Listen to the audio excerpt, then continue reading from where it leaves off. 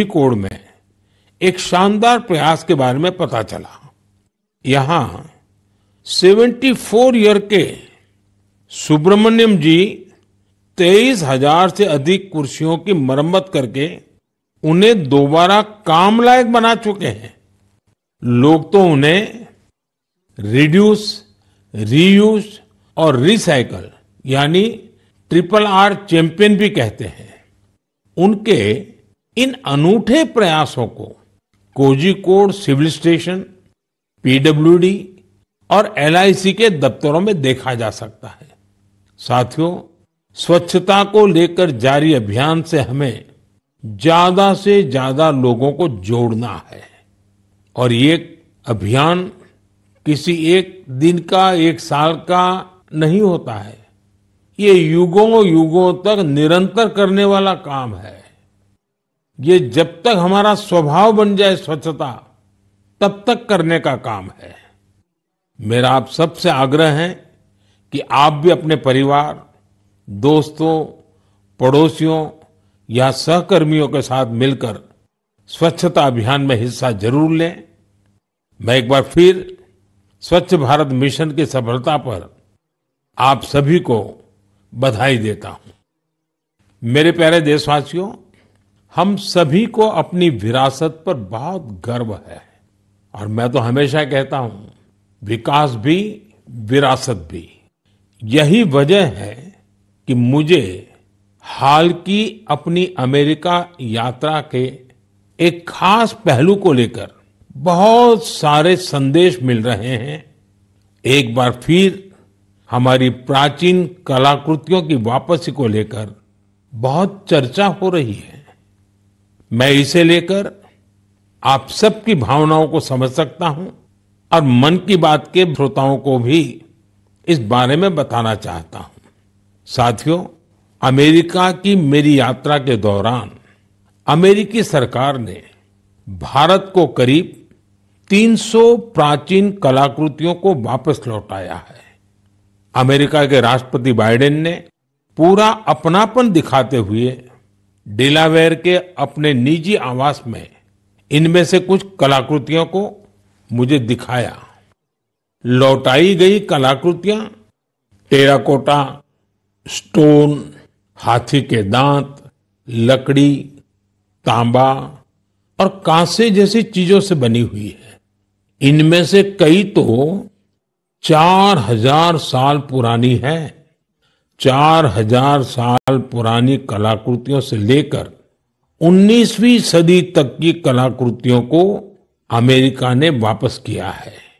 इनमें फूलदान, देवी देवताओं की टेराकोटा पट्टिकाएं, जैन तीर्थंकरों की प्रतिमाओं के अलावा भगवान बुद्ध और भगवान श्री कृष्ण की मूर्तियां भी शामिल है।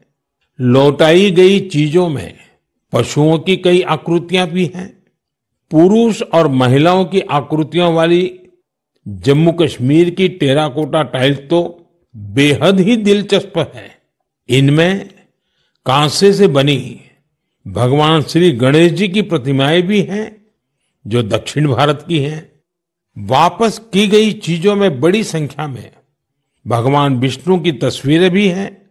ये मुख्य रूप से उत्तर और दक्षिण भारत से जुड़ी हैं। इन कलाकृतियों को देखकर पता चलता है कि हमारे पूर्वज बारीकियों का कितना ध्यान रखते थे। कला को लेकर उनमें गजब की सूझबूझ थी। इनमें से बहुत सी कलाकृतियों को तस्करी और दूसरे अवैध तरीकों से देश के बाहर ले जाया गया था। यह गंभीर अपराध है। एक तरह से यह अपनी विरासत को खत्म करना जैसा है। लेकिन मुझे इस बात की बहुत खुशी है कि पिछले एक दशक में ऐसी कई कलाकृतियां और हमारी बहुत सारी प्राचीन धरोहरों की घर वापसी हुई है। इस दिशा में आज भारत कई देशों के साथ मिलकर काम भी कर रहा है। मुझे विश्वास है, जब हम अपनी विरासत पर गर्व करते हैं तो दुनिया भी उसका सम्मान करती है और उसी का नतीजा है कि आज विश्व के कई देश हमारे यहां से गई हुई ऐसी कलाकृतियों को हमें वापस दे रहे हैं। मेरे प्यारे साथियों, अगर मैं पूछूं कि कोई बच्चा कौन सी भाषा सबसे आसानी से और जल्दी सीखता है, तो आपका जवाब होगा मातृभाषा। हमारे देश में लगभग 20,000 भाषाएं और बोलियां हैं और ये सब की सब किसी न किसी की तो मातृभाषा है ही है। कुछ भाषाएं ऐसी हैं जिनका उपयोग करने वालों की संख्या बहुत कम है, लेकिन आपको ये जानकर खुशी होगी कि उन भाषाओं को संरक्षित करने के लिए आज अनोखे प्रयास हो रहे हैं। ऐसी ही एक भाषा है हमारी संथाली भाषा। संथाली को डिजिटल इनोवेशन की मदद से नई पहचान देने का अभियान शुरू किया गया है। संथाली हमारे देश के कई राज्यों में रह रहे संथाल जनजातीय समुदाय के लोग बोलते हैं। भारत के अलावा बांग्लादेश, नेपाल और भूटान में भी संथाली बोलने वाले आदिवासी समुदाय मौजूद है। संथाली भाषा की ऑनलाइन पहचान तैयार करने के लिए ओडिशा के मयूरभंज में रहने वाले श्रीमान रामजी टूडू एक अभियान चला रहे हैं।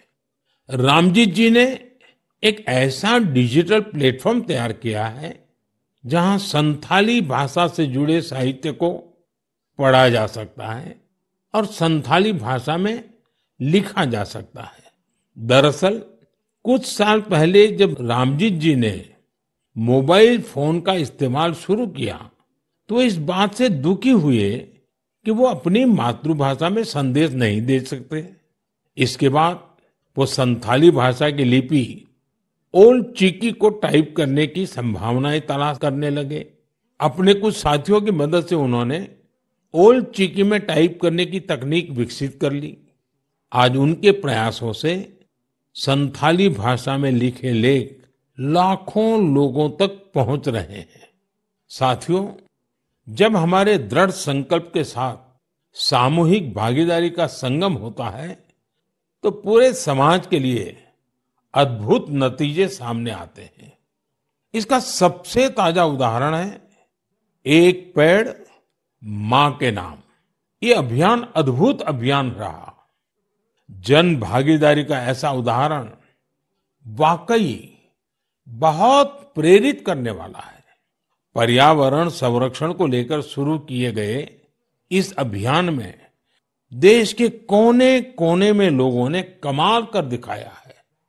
उत्तर प्रदेश, गुजरात, मध्य प्रदेश, राजस्थान और तेलंगाना ने लक्ष्य से अधिक संख्या में पौधारोपण कर नया रिकॉर्ड बनाया है। इस अभियान के तहत उत्तर प्रदेश में 26 करोड़ से ज्यादा पौधे लगाए गए। गुजरात के लोगों ने 15 करोड़ से ज्यादा पौधे रोपे। राजस्थान में केवल अगस्त महीने में ही 6 करोड़ से अधिक पौधे लगाए गए हैं। देश के हजारों स्कूल भी इस अभियान में जोर शोर से हिस्सा ले रहे हैं। साथियों, हमारे देश में पेड़ लगाने के अभियान से जुड़े कितने ही उदाहरण सामने आते रहे हैं। ऐसा ही एक उदाहरण है तेलंगाना के एन राजशेखर जी का। पेड़ लगाने के लिए उनकी प्रतिबद्धता हम सबको हैरान कर देती है। करीब 4 साल पहले उन्होंने पेड़ लगाने की मुहिम शुरू की। उन्होंने तय किया कि हर